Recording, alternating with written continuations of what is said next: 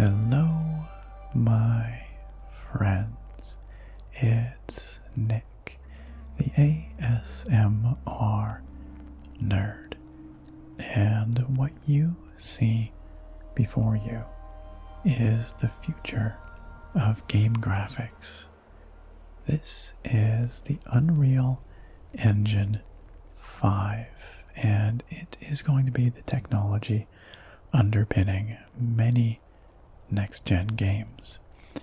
This is the first public release of the Unreal Engine 5. It's been made available just recently in an early access form by its developer, Epic. Yes, Epic. They of Fortnite these days, I suppose they're best known for, but they're also an absolute powerhouse when it comes to game engine development, and not just game engines. Their Unreal Engine tech has been used across all kinds of industries, notably for cinematic purposes.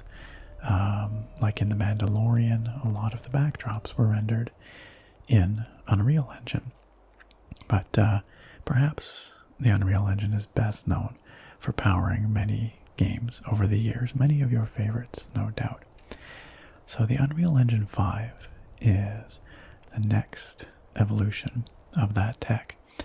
And we got to see a little bit of it last year in 2020 when Epic revealed a demo of the engine running on PlayStation 5 hardware, which at the time was unreleased. This was earlier in 2020, and it blew many people's minds, including mine. It was an incredibly beautiful demo. It looked just, well, quite frankly, unreal. It looked like something that shouldn't be possible. And yet here we are in mid-2021, and this first public release is now available. And with it, you can download a little game demo that is there to give you just an idea of what this engine is capable of and show off some of the exciting new technologies that Epic has packed into this thing. So that's what we have running right here. This is running on my new PC, which is quite powerful. And even so, it definitely struggles a little bit. There's a little bit of stutter and framiness here and there. So this really is some pretty cutting edge tech. But this, as I will remind you, is an early access release, and so is certainly not fully optimized yet. So just bear that in mind as we're taking a look here. For the nerds that are listening, this is running on a RTX 3080 with a Ryzen 9 5950X CPU and 64 gigabytes of DDR3600 CAS latency 16 RAM. So, and surprisingly, that's actually not that far above the recommended spec for 30 FPS in this demo. The recommended spec is a 12-core CPU running at 3.4 gigahertz minimum, 64 gigabytes of RAM, and an RTX 2080. So this meets or clears the min spec, or the recommended spec, I should say, for 30 FPS, but only barely in some cases. So we start with this very relaxing scene here. Actually, this whole demo, well, not the whole demo, but lots of this demo, as you'll see, is kind of ASMR-ish. If you're quiet, or if I'm quiet, you can hear a crackling fire in front of our protagonist here. You can hear insects chirping on the wind and a dry breeze blowing through these dusty, rocky canyons. And our protagonist here, over on the right side, her name is Lumen, I believe. Which, or no, pardon me, Nanite? I can't remember. I'm confused now. I think it's Nanite in the Land of Lumen was the name of the demo that they put out last year, which implies that our protagonist's name is Nanite. Anyway, whatever. It's kind of clever because, she's named after one of the core technologies, which you can actually see at work here. We'll get walking around in a moment, but this is just such a nice, calm scene. And it's a great showcase for a few things, actually. So, the first thing you might notice is just the insane quality of the geometry. So, all the models of the rocks, the character, the foliage, it just looks like a Pixar film, you can't see any polygons. The resolution of everything is incredibly high. And so that showcases one of the key technologies in Unreal 5, which is called Nanite. And it's a tech that basically allows for dynamic creation of geometry of the meshes for these objects in the game scene, such that it's always matched to the rendering resolution of your output. So this is rendering at 1440p resolution. That's 2560 pixels across, 1440 pixels high. And so the engine, the renderer, is basically dynamically changing or scaling the meshes of these models, these objects, so that it has just the right number of polygons in it so the polygons aren't visible effectively, so that they're the size of a pixel as much as that's possible.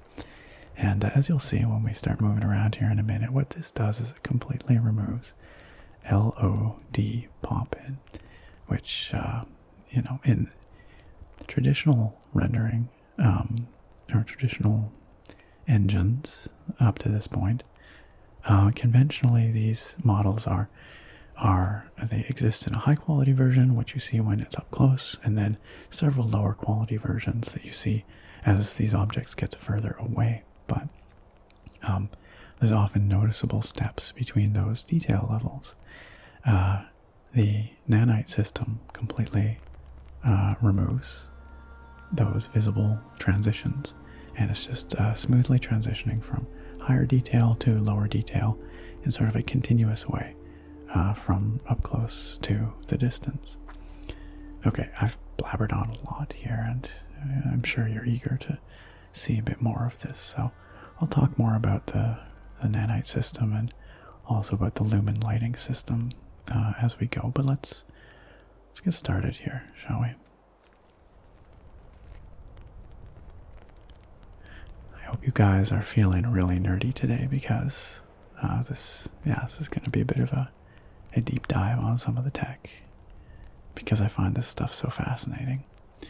So this is running at the maximum quality settings that are available currently through the Unreal Engine 5 editor. And that's called Beyond Epic. These are the cinematic level settings. So all the effects and post-processing are happening at what they call their cinematic level settings. So, this really is pushing my hardware to the limit. But, right off the bat, this character model is just phenomenal. She looks a little bit like a Rey Skywalker type, doesn't she? I think it's the hair and the face a little bit. But she really does look like something out of a Pixar film, doesn't she? Just with the incredible quality of her hair. of her garb, her face, everything. And this environment is pretty remarkable. It's this kind of badlands-like space that we have here. And you've probably noticed that it says drone over on the left-hand side there. So our character here, she can only actually walk around a very small area here. But we have a drone that we can take out into the badlands to examine more of this environment and get a better taste of the lighting system and that nanite system I was mentioning. So let's pull out our drone here. A little bit of stutter there as the drone appears, you can see.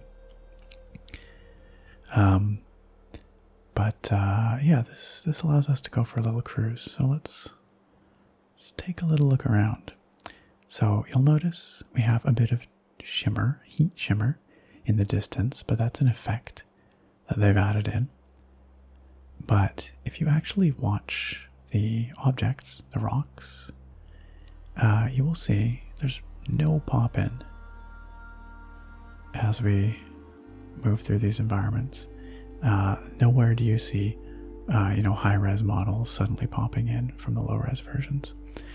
And the level of detail is just astounding. Like, look at the detail in this boulder. I mean, I know we're literally looking at a rock, but just appreciate the level of geometric detail.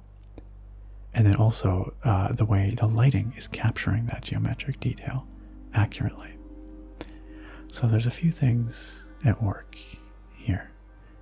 The first is, well, a handful of things. The first is the base models that we're looking at here. These are what are called Quixel Megascans. Quixel is a company that provides photogrammetric resources. So what that means is that these rocks are real rocks somewhere out there in the world that were captured using a big photography rig that then rebuilds basically the 3D structure and texture of the rock virtually. And that allows for very high detail capture of actual objects. So we get this photorealistic looking outcrop of rocks. And those are imported into the game. And typically, again, you would take that incredibly high detail asset that might be millions or billions of polygons, and that would be cinematic quality. That would not be renderable in real time in a game like this, or certainly not at the scale that we're seeing here, where there are thousands, probably millions of rock meshes out here. You wouldn't be able to render those full detail rocks in this number at anywhere close to a real-time frame rate. But the nanite system that I was mentioning that dynamically scales up or down the detail of these models as you approach them, that allows this to happen.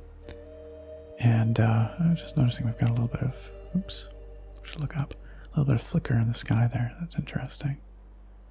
Not sure what was causing that. There it is again. Well, it is still an early access release. Bear that in mind. So basically what this means is that developers don't have to spend a bunch of time, or artists really don't have to spend a bunch of time, making their painstakingly high-resolution models and then watering them down into lower poly versions, lower detail versions that then end up in the game. You can just take the full-fat version of these assets, whether they're Quixel Megascans or whether they're hand-authored models, and you can just plunk them into the game, and the engine handles all the performance side of things. And I'm no game developer, but that sounds awfully freeing for developers, for artists especially. being able to just create the craziest, best, most amazing version of a model that they can. And then the engine handles all the optimization and performance in real time. That's pretty darn cool. So then the other aspect that we were seeing there was just the incredible lighting detail here. So this is a system called Lumen. That's what Epic is calling their Unreal Engine 5 lighting system, and it is a fully path-traced global illumination system with infinite bounces of diffuse lighting. And so what that basically means, you can sort of see it happening here, really. What that basically means is that the rays of light are being traced through the environment, and they're bouncing off all these various surfaces and getting reflected back onto other surfaces for an effectively infinite number of bounces, as I understand it. They also create incredible detail in the shadowing as well. So I'm not going to pretend to know everything about Lumen, but it seems pretty miraculous because you guys probably have heard of ray tracing. It's kind of the hot new tech that's being adopted into games these days, and that is effectively what I'm talking about here. The tracing of light paths through these environments and the bouncing of light, so you get this indirect lighting like we're seeing over on the left side of this canyon. So on the right side, we have the face of the canyon being illuminated directly by the sun up there. And then that light is bouncing off all those complex surfaces down here into the bottom of the canyon and against this rock face. And that's why we're getting this nice, soft, diffuse illumination over here when it's not really in direct view of the sun. And traditionally, the way game engines handled this was to have fake lights basically scattered throughout the world, I guess, the game world, that would provide basically fill lighting that was supposed to look like bounced lighting, but it wasn't really truly bounced lighting. They were just sort of these fake lights that artists would place in places like in this canyon to provide the illusion of indirect illumination and bounced lighting. But that comes with many challenges for the artists. They have to try and place them in ways that look realistic. And also there's all kinds of things that happen with real bounced lighting that's hard to emulate with, fake lights that are placed. Things like capturing the color of the surfaces off which the light bounces, especially if it's a complex environment with surfaces of multiple colors, where the colors might be mixing or blending or casting different kind of bounce colors on different surfaces. So all that is to say that path tracing solves a lot of those problems and provides a much more physically accurate model of how light propagates through an environment. So Unreal's Lumen system here is doing some kind of path tracing, but it's not using the ray tracing hardware that's built into cards like my RTX 3080 or AMD's RX 6000 series. It is instead doing some kind of software path tracing, which is generally considered, as I understand it, to be prohibitively costly from a performance standpoint. And yet here it is running at, 60-ish frames per second, feels like out here, somewhere between 30 and 60. And that's why I say this is kind of miraculous. We're getting more flickering in the sky up there. Because that's kind of crazy. And I don't know what kind of black magic Epic is performing here to make this happen. But it appears to be working very well. And we get this beautiful, beautiful bounce lighting, indirect lighting, in places like under these rocks, for example. All physically accurate, all kinds of amazing indirect shadowing. What used to be basically ambient occlusion now just happens with part of the Lumen lighting system.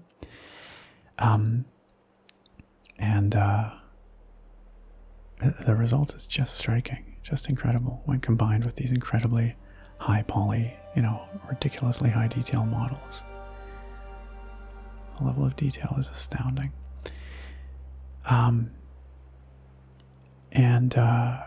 So the Lumen system does support hardware accelerated ray tracing, and I actually tried turning it on because my RTX 3080, quite a capable ray tracing card, has lots of hardware dedicated specifically to tracing rays through environments like this, and yet the frame rate just tanked when I did that. I don't know why, but it could be something to do with, again, just the level of optimization of the engine right now. Maybe it's just not optimized for hardware-based ray tracing just yet. So I've set it back to the software Lumen renderer, and it seems to be quite smooth and happy that way. So, but I suspect that's a feature that will be improved upon in iterations of this engine.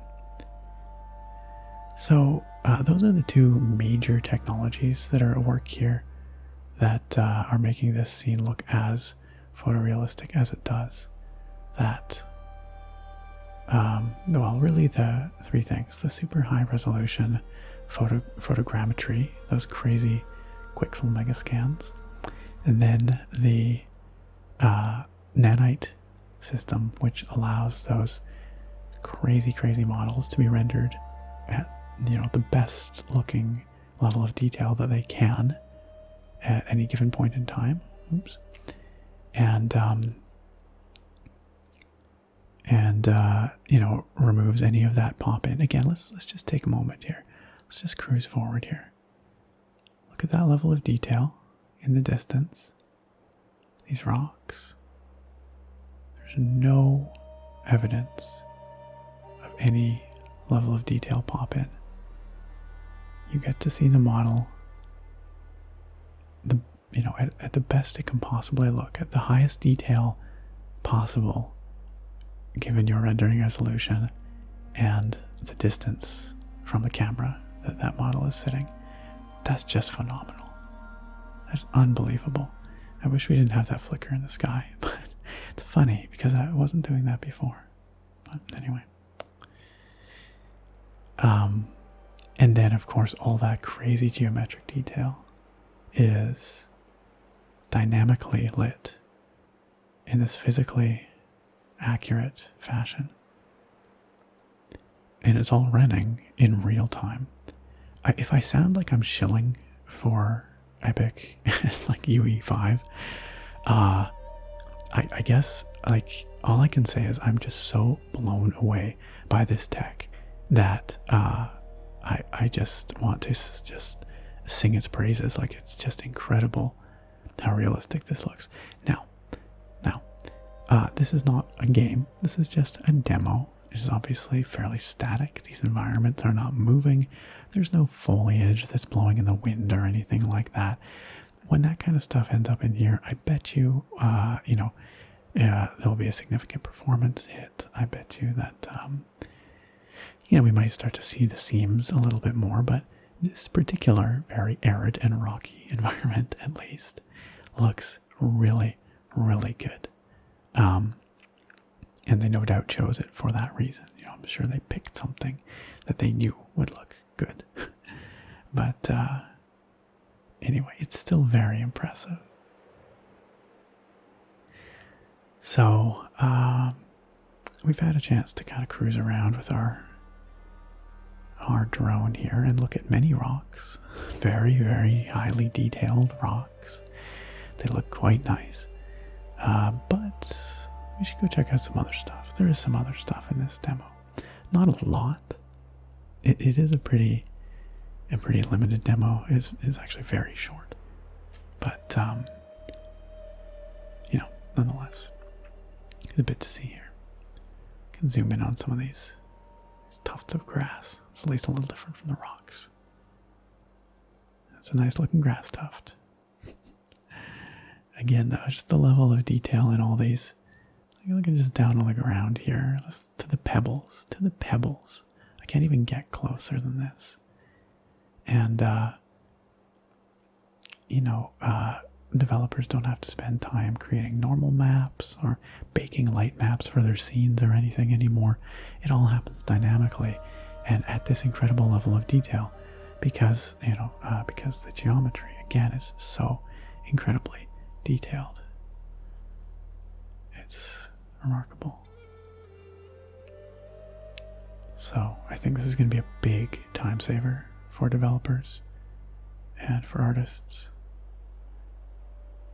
especially. Okay, so our character here, Nanite, or maybe Lumen, I think it's Nanite. She looks a little different than she did back in that demo from last year. But let's just jump back into her here and regain control. You can see, dynamic shadows on the ground there, of course. Still path traced. And you can see a little bit of noise in the shadows on her for her hair. That's probably because if you look at her hair, you can see it's made of all these many little individual strands. And I suppose when the path tracing, encounters that, some of the rays get through, some of the rays don't, and so you end up with this slightly noisy aura around her head there, where you see a little bit of shimmer. The denoising engine for the lighting, I suppose, is not perfectly denoising that, probably because there just aren't that many rays there making it through, but it still looks pretty good. You get this nice soft diffuse looking shadow that fairly accurately captures the way her hair is not a hard surface, right? So you've probably noticed that we've got a glowy looking rift thing here. Hey, why don't we go check that out?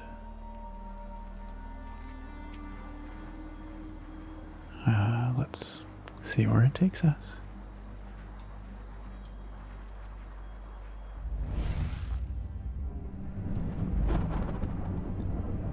And here we are in the dark world.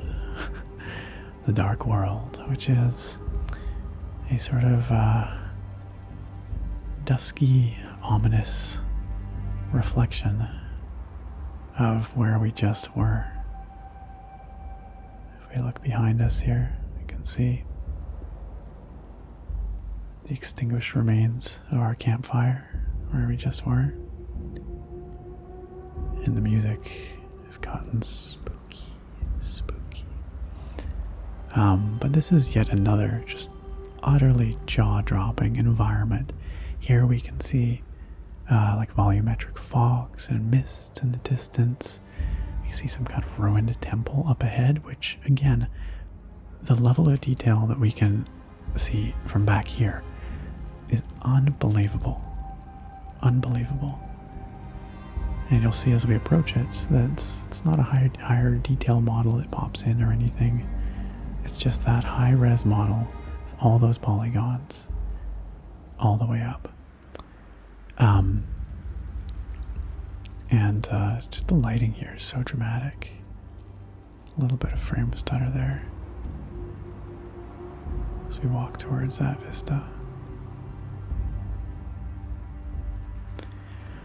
So this is not running with DLSS or anything, which is one of NVIDIA's technologies that allows you to take a lower res image and upscale it to a higher res image, and it saves you a bunch of performance. This is running at native 1440p, and I did actually run this at native 4K as well, just to see how it handled it. And it's still quite interactive and playable, but there is some hitching, more hitching than you get here at 1440p. This remains of our campfire.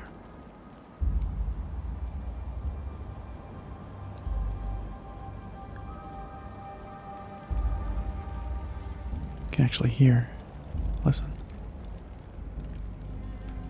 I think that's like the sound of the, I'm not sure if that's supposed to be falling rocks or maybe just the embers crackling away.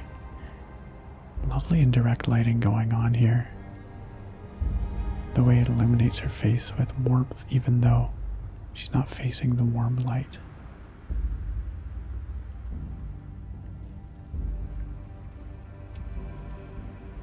Alright, let's head on down. Look at that volumetric lighting you can see spilling into that chasm off to the right there. And again, the level of detail in those distant rocks. Insane. Okay, so we've got an obstacle of sorts here. This ruined temple thing here. And we've got to shoot our way through. So let's do that. This is a little example of some of the interactive elements here.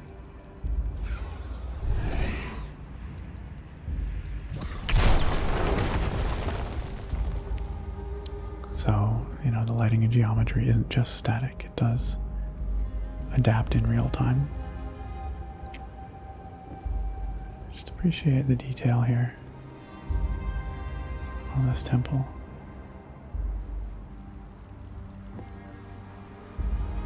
The carvings over there. Also some really cool physics stuff going on here with the tattered banners on either side, and with Nanite's little, I don't know what you call that thing, tabard, cape, shouldered flag thing, I don't know, scarf, I guess it's a scarf, that's the word I'm looking for. It is wrapped around her neck, that is a scarf. Blowing in the wind like that. Maybe her name's Lumen. I forget. It would make sense. Nanite's not a good name. I think Lumen's a better name. Maybe she's Lumen from the land of Nanite. I should have checked before I recorded this, but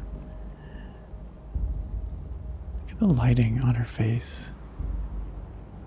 Just the movement of her scarf. Just incredible. Specular highlights on the temple walls over there, of course, and on Lumen's face and arm and her belt buckle there. All right.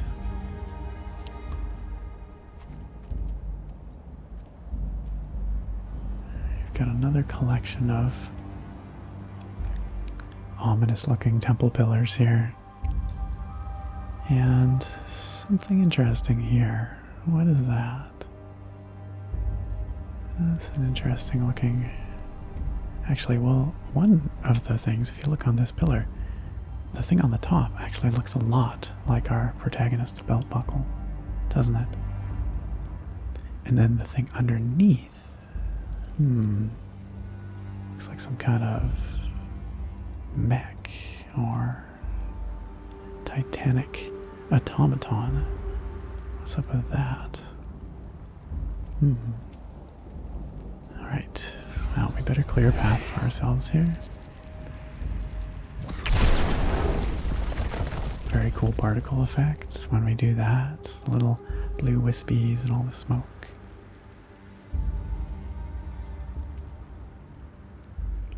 The lighting here is so moody, so low in the sky.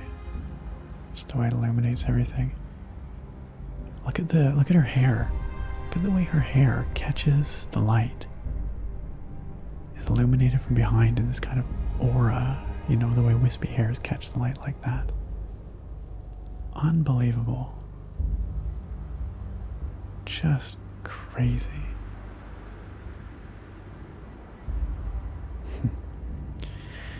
Okay, well, what awaits within?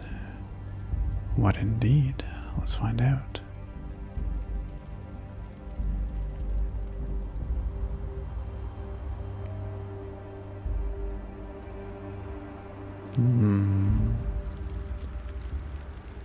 That looks ominous, doesn't it? Let's just drop down here.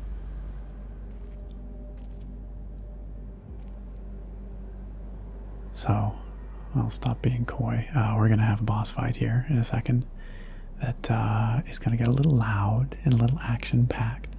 But I will turn down the volume of the game demo here so that you're not bombarded.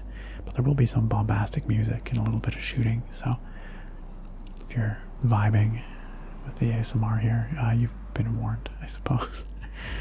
All right, let's see what this is all about, eh?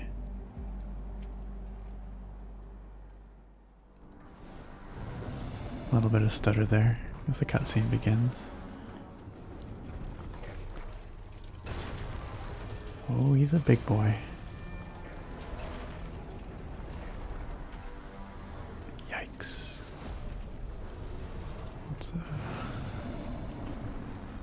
Alright. Let's see what we can do. So, he's got a laser that we're gonna try and avoid. Whew. And we're gonna shoot his little shoulder bit there. See that?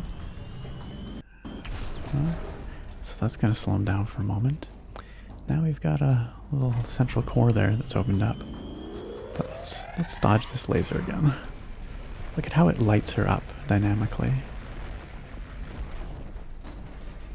Okay, let's hit that central core there. Oh, he didn't like that. He didn't like that. Now his head is glowing, eh? We could finish him off, but let's just wait for one more laser scene here because it's just so cool. Watch the lighting. So cool. So cool. Alright, let's hit him where it hurts again, right in his tummy. And now, time for the kill shot.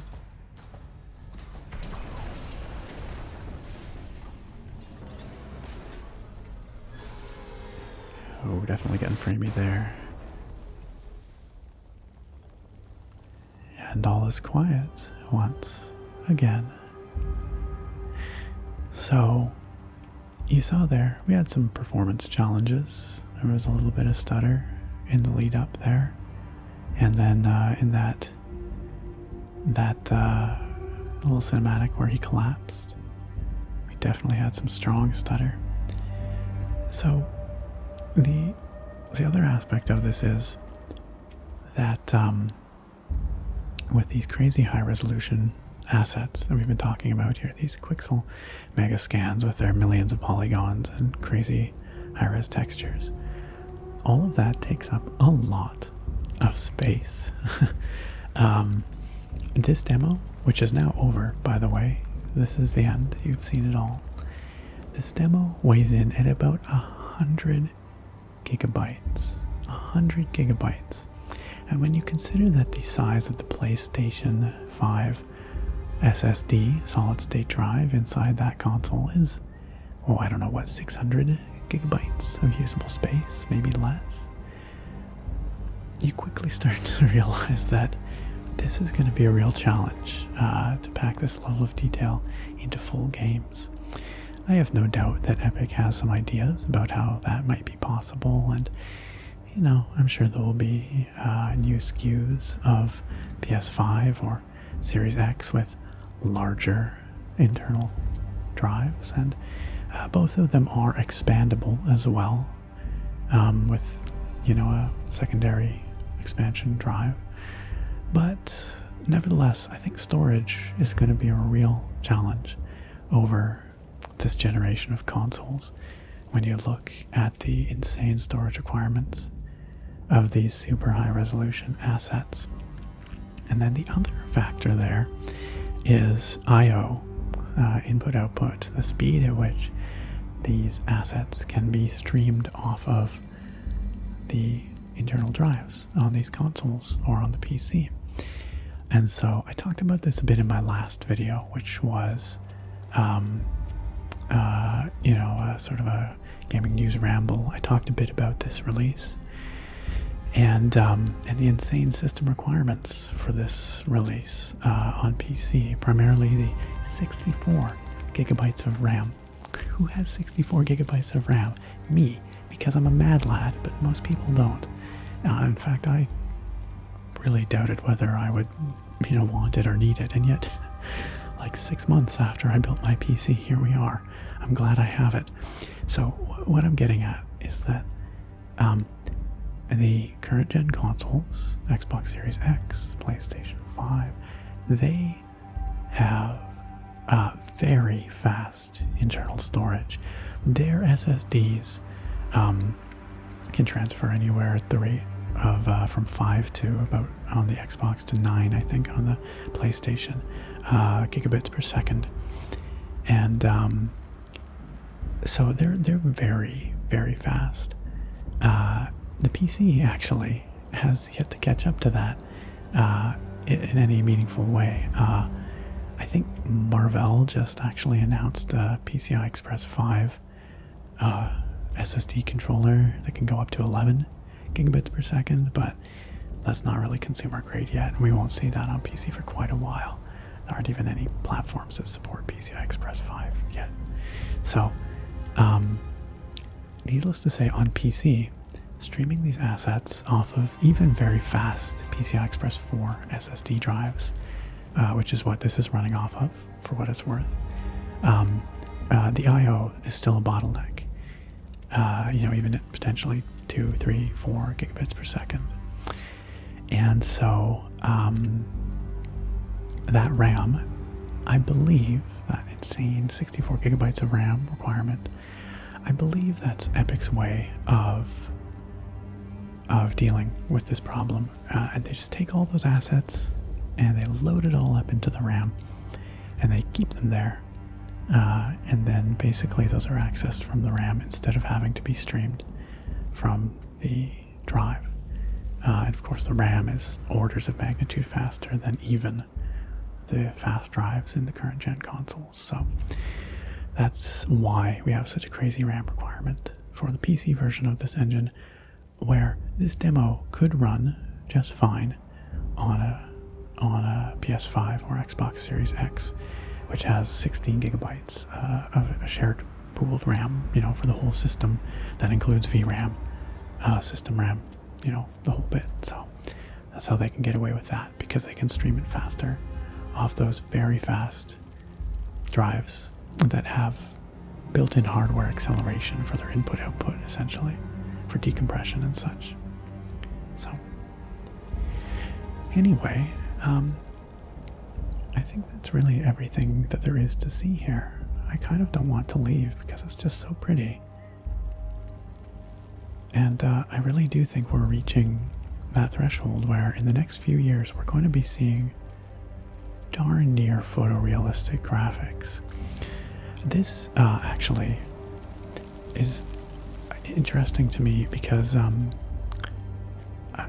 don't know if you all remember, but when the Xbox Series X was announced, Microsoft showed some kind of sizzle reel stuff, and one of them was one of the games they showed was the sequel to Hellblade: Senua's Sacrifice, which is being worked on by Ninja Theory, the developer. It's called Senua's Saga, I believe. And when they showed that, everyone assumed that it was pre-rendered cutscenes that they were showing, because it just looked too good to be real, to be something that was rendered on, a console in real time. And I remember a lot of people analyzing those, that trailer. Like Digital Foundry basically did a frame-by-frame analysis of it. And one of the big things they picked out was, there's no visible LOD pop-in in those scenes. It just looks like everything is full detail right to the horizon. And this was before Unreal, or Epic, pardon me, had announced Unreal Engine 5 and demoed these features like Nanite. And so People basically took that to mean that, that must have been pre-rendered. There's no way that could be rendering it in real time at interactive frame rates. And yet, here we are seeing stuff that's basically at that level. And I surmise, or I hypothesize, that Senwa Saga, that footage that we saw of it back in that Xbox reveal, might in fact be running on Unreal 5, a very early version of Unreal 5. I don't know for sure if that's possible because obviously it's still in development, this engine, and that was revealed, I think, gosh, well over a year ago now, I'm pretty sure. And so, maybe, but I do know that in Ninja Theory, the developer, does work with Unreal Engine, and I believe they've worked pretty closely with Epic in past. They're sort of one of those bleeding edge Unreal Engine developers. So anyway, that's just my guess. Maybe that footage is in fact running on Unreal 5. That's why it looks so amazing, and it was reflective of real-time in-game render. Who knows? Who knows? I'm just wildly speculating, but that seems possible given what we're seeing here. The incredible level of detail that we're seeing here. Okay, my friends. Well, this ended up a lot longer, actually, than I had planned. I thought this would be very quick because the demo is pretty sparse, pretty light on actual content, but I guess I really know how to blather on about nerdy stuff, don't I? So, I hope you enjoyed this glimpse of the future of video game graphics, and I hope it is, whet your appetite for what is to come over the next few years. I'm really, really excited to see what games are going to look like, 3, 4, 5 years down the road. This is just the beginning, I'm sure. Alright, thank you again for watching, and I look very forward to having you back here next time. Bye for now, my friends.